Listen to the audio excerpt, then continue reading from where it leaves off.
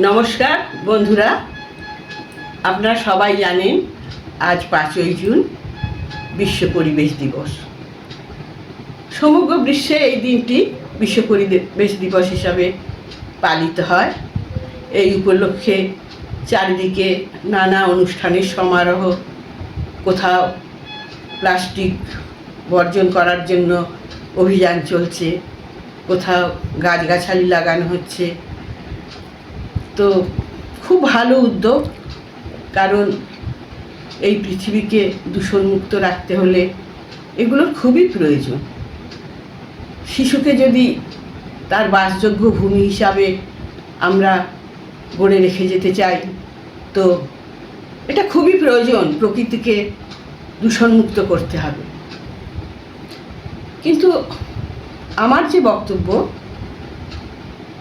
পরিবেশ দূষণ বলতে শুধু প্রাকৃতিক পরিবেশ বললেই তো হবে না, তার সঙ্গে আমাদের সামাজিক পরিবেশও দেখতে হবে। কারণ সবার আগে আমরা তো সামাজিক জীব, সেখানে সেই পরিবেশটাতেও যাতে অবক্ষয় না হয়, যাতে একে অপরের সঙ্গে সুন্দর সম্পর্ক থাকে, প্রতিবেশীর সঙ্গে ভালো সম্পর্ক থাকে, তবেই তো একটা সম্পূর্ণ সুস্থ পরিবেশ গড়ে উঠবে।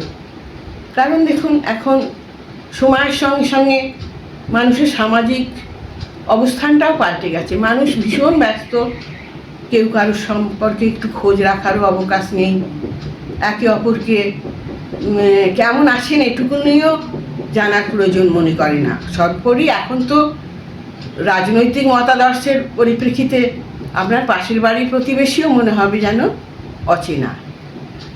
তো সেটাই আমার বলার, যে আমরা প্রকৃতিকে সুন্দর করে সাজাবো, গাছগাছালি লাগাবো।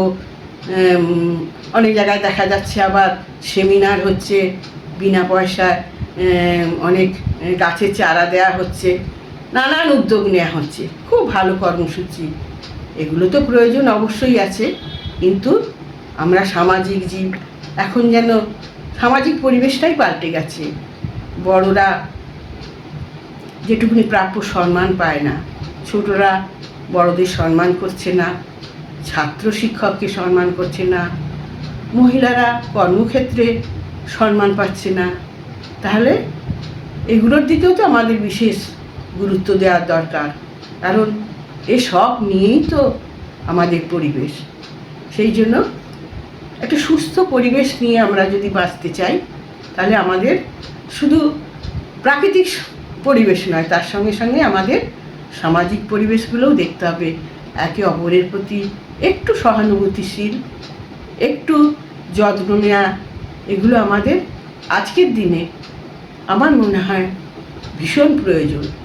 সেজন্যই বলছি যে আমাদের অঙ্গীকার হোক, আমরা সুস্থভাবে শিশুদের বেঁচে থাকার জন্য যে দরকার, সেই রকম একটা সামাজিক, রাজনৈতিক এবং প্রাকৃতিক পরিবেশ রেখে যায়, যাতে তারা ভয়হীন মুক্ত পরিবেশে মানুষ হতে পারে, মানুষের মর্যাদা পেতে পারে। এটাই হোক আমাদের আজকের অঙ্গীকার। নমস্কার। আমার এই ছোট্ট বক্তব্যটি ভালো লাগলে অবশ্যই লাইক করবেন, কমেন্ট করবেন। ধন্যবাদ।